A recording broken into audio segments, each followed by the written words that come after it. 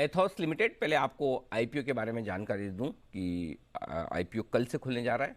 20 मई तक खुला रहेगा, 18 से 20 तारीख तक। 836 से 878 रुपये ये प्राइस बैंड है।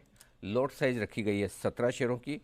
97 करोड़ का ऑफर फॉर सेल है, यानी कि एग्जिस्टिंग इन्वेस्टर्स जो हैं वो बेच रहे हैं। और 375 करोड़ का नया इशू है। तो कुल मिला के ये समझ लीजिए 450 करोड़ रुपए के आसपास का इशू प्राइस है। और जब ऊपरी बैंड पर जो कि 878 रुपये का, इस पर मार्केट कैप बन जाता है आपके लिए 2050 करोड़ का। ये है एथोस लिमिटेड के आईपीओ की डिटेल्स आपके लिए। आइए अब कंपनी के बारे में आपको थोड़ी जानकारी दी जाए। 2007 में कमला रिटेल लिमिटेड के नाम से इस कंपनी की शुरुआत हुई थी और देश की सबसे बड़ी लग्जरी और प्रीमियम घड़ी वाली बेचने वाली कंपनियों में से एक है ये। लग्जरी और प्रीमियम सेगमेंट में कुल रिटेल बिक्री का 13% हिस्सा है इनके पास में। और वित्त वर्ष 2020 में लग्जरी सेगमेंट में 20% हिस्सा था। 17 शहरों में मल्टी स्टोर फॉर्मेट में करीबन 50 स्टोर्स हैं इस कंपनी के पास में। और जो कुछ भी बड़ी ब्रांडेड बड़े नाम वाली घड़ियाँ दीप जो आप खरीदने की इच्छा रखते हो वो सारी की सारी प्रीमियम ब्रांड्स आपको एथोस में मिल जाएगी। ओमेगा से लेकर सारी की सारी जो सारे हॉलीवुड एक्टर्स वगैरह जिनके ब्रांड एम्बेसडर्स हैं वो वाली घड़ियाँ एथोस लिमिटेड में आपको मिलेंगी। आइए मुलाकात करते हैं कंपनी के एमडी यशोवर्धन साबू साहब हमारे साथ कार्यक्रम में शामिल हो रहे हैं, जिन्होंने आईआईएम अहमदाबाद से पोस्ट ग्रेजुएशन मैनेजमेंट में डिप्लोमा किया है। मैन्युफैक्चरिंग और रिटेल सेक्टर का सर का बड़ा लंबा अनुभव है। साबू साहब बहुत बहुत स्वागत है। नमस्कार। नमस्कार सर। धन्यवाद सबसे पहले जी बिजनेस के लिए समय देने के लिए। सर आपकी उम्र तो मुझे जो बताई गई 63 साल है, सही है सर? जी बिल्कुल सही। आपने उस जमाने में आईआईएम अहमदाबाद से पोस्ट ग्रेजुएशन किया है? जी हाँ, 40 वर्ष से ज़्यादा हो गए। क्या बात है, वाह गजब। और इस कंपनी को आप 2007 से लगभग 15 साल से चला रहे हैं, राइट सर? जी बहुत ही बढ़िया। अच्छा सर, पहले आपके बिजनेस मॉडल के बारे में बताएं। ये तो हमें पता है कि बड़ी बड़ी महंगी वाली घड़ियां बेचने का काम आप करते हैं, तो जरा एक बार हमारे दर्शकों को बताएं क्या एग्जैक्टली कंपनी का बिजनेस है। तो इथॉस लिमिटेड जी दुनिया के अहम ब्रांड्स की घड़ियां जो हैं, तकरीबन 50 ब्रांड हम बेचते हैं इंडिया में। और ये जो महंगी या उच्च श्रेणी की घड़ियां हैं, मोस्टली स्विस घड़ियां हैं, लेकिन और भी हैं। और ये इनकी जो डिमांड है दुनिया में सब जगह काफ़ी बढ़ रही है और इंडिया में खास करके इसकी डिमांड अब काफ़ी बढ़ रही है। अभी तक इंडिया का मार्केट जो है वर्ल्ड मार्केट में बहुत कम रहा है, लेकिन इसकी ग्रोथ जो है अब काफ़ी स्ट्रॉन्ग नज़र आ रही है। तो हम लोग ये घड़ियां इंपोर्ट करते हैं और अपने स्टोर्स के थ्रू। लेकिन सिर्फ स्टोर्स नहीं, सबसे हमारा जो स्ट्रॉन्ग पिलर है वो है हमारा डिजिटल नेटवर्क जो है, वेबसाइट, सोशल मीडिया। तो इसके प्रेजेंस के थ्रू हम बहुत कस्टमर्स को रीच कर सकते हैं और उनको स्टोर्स में इनवाइट करते हैं। और जो हमारा प्लेटफॉर्म है उसको हम ओमनी चैनल बोलते हैं, यानी कि फिजिकल और डिजिटल सीमलेसली कंबाइन करता है। तो ऐसा नहीं है कि सिर्फ दुकान है या सिर्फ एक नेटवर्क है, ई कॉमर्स है।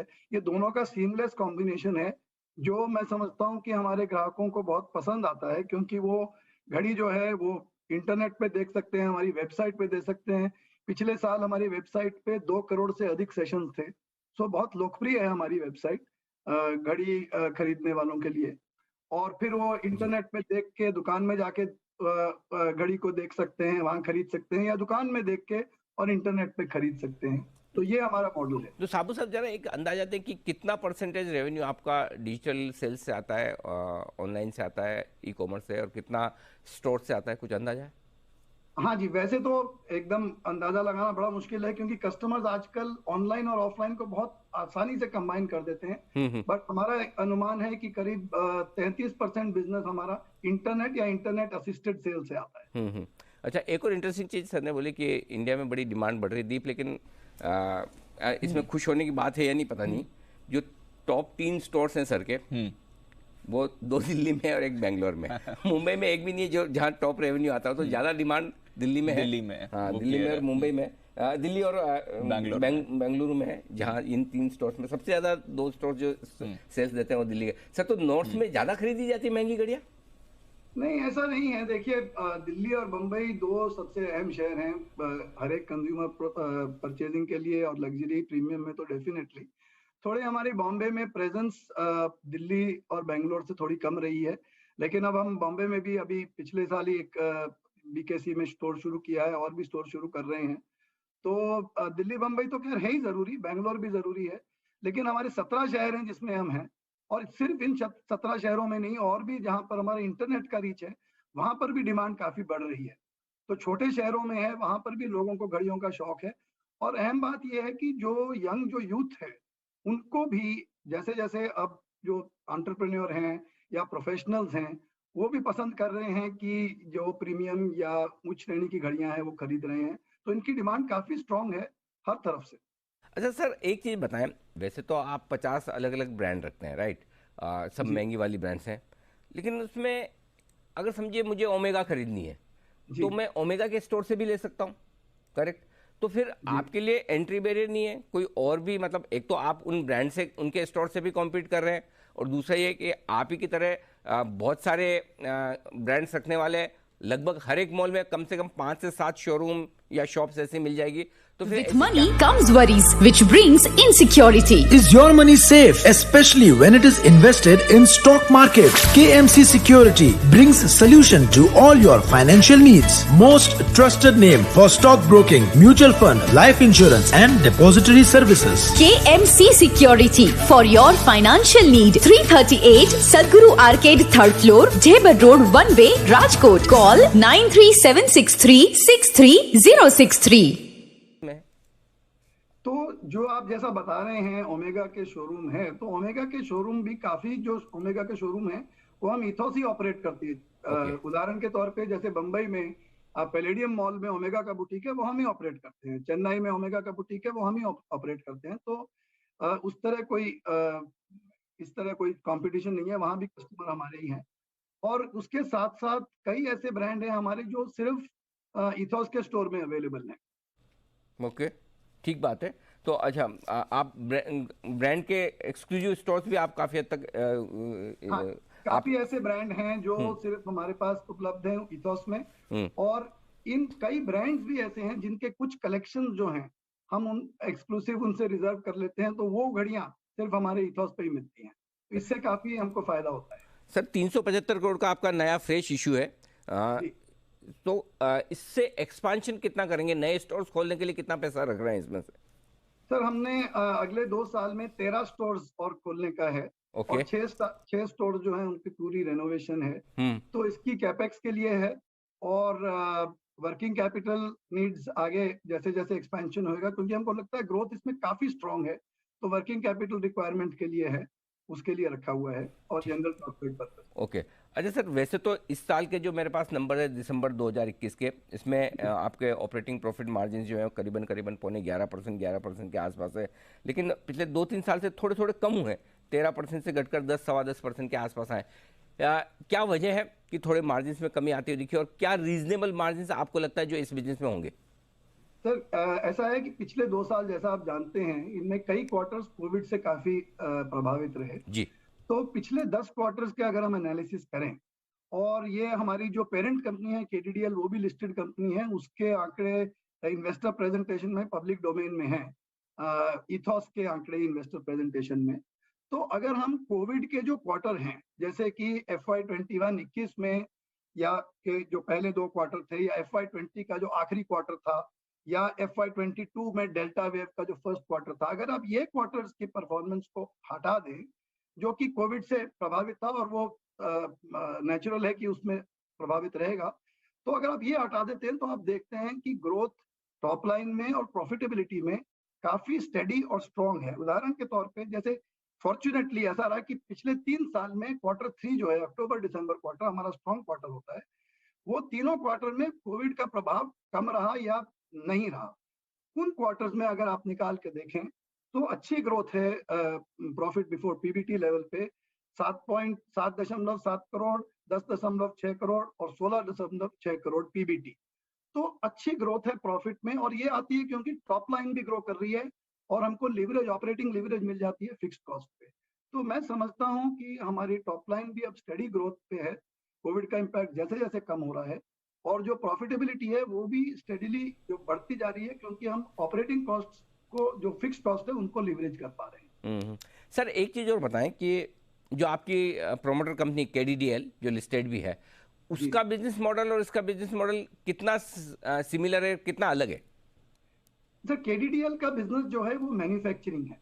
हाँ। तो केडीडीएल में हम प्रिसीजन मैन्युफैक्चरिंग करते हैं, घड़ियों के डायल, घड़ियों के हैंड, घड़ियों के पुर्जे, लेकिन वॉच के अलावा प्रिसीजन इंजीनियरिंग में जैसे बिना घड़ी के चाहे आपके ईवी व्हीकल्स हैं या इलेक्ट्रॉनिक कंपोनेंट्स हैं, उसके लिए हम प्रिसीजन स्टैम्प्ड पार्ट्स बनाते हैं। तो उसका बिजनेस पूरा का पूरा मैन्युफैक्चरिंग में, high precision high quality manufacturing, वहां से हम डायल और हैंड एक्सपोर्ट करते हैं स्विट्जरलैंड के अहम ब्रांड्स को। और इथॉस का जो बिजनेस है वो घड़ियां रिटेल करने का है। और जैसा आपने शायद देखा होगा, अब हम जा रहे हैं सेकंड हैंड या प्री ओन्ड वॉचेस की रिटेल में। ये भी बड़ा अच्छा मार्केट है, क्योंकि अभी तक इंडिया में ये ऑर्गेनाइज नहीं था।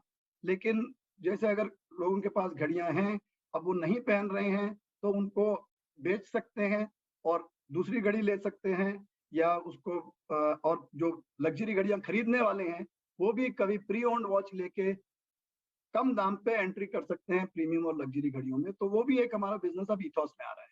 ओह, इंटरेस्टिंग।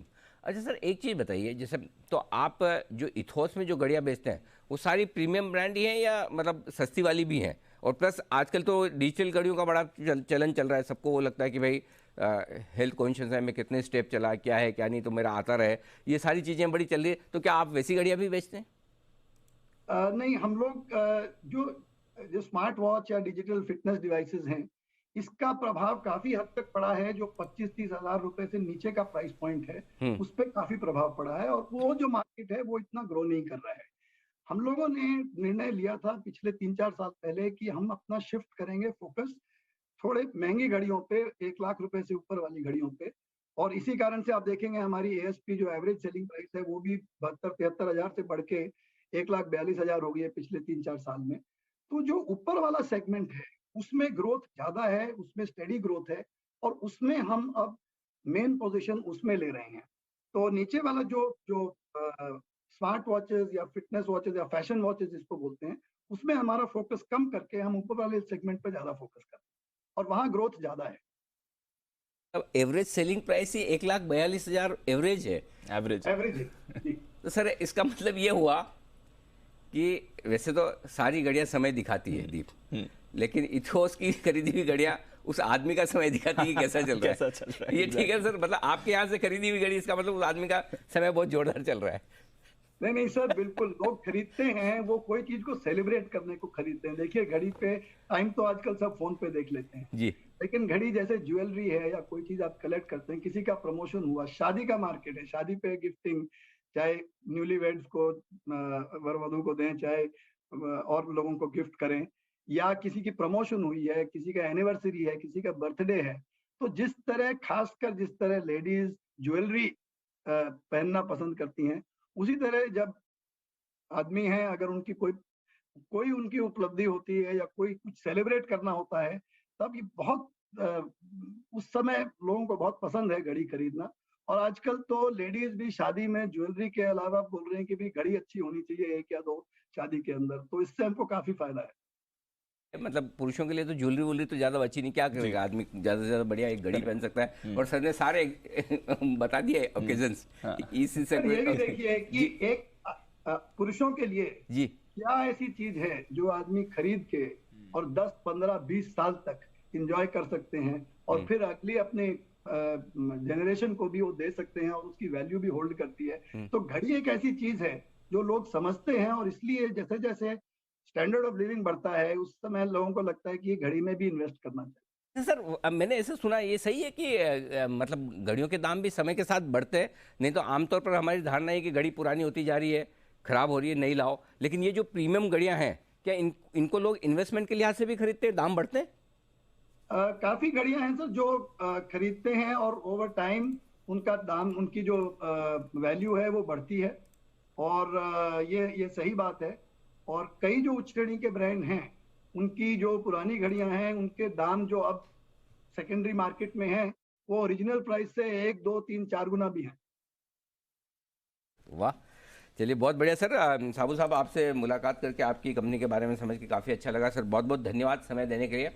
कल से आपका आईपीओ खुल रहा है, बहुत बहुत शुभकामनाएं आपके आईपीओ के लिए। उम्मीद करें कि दमदार प्रदर्शन आपके आईपीओ का हो। कैपिटल मार्केट की आपकी इस यात्रा की शुरुआत बेहद शानदार है। Thank you so much sir.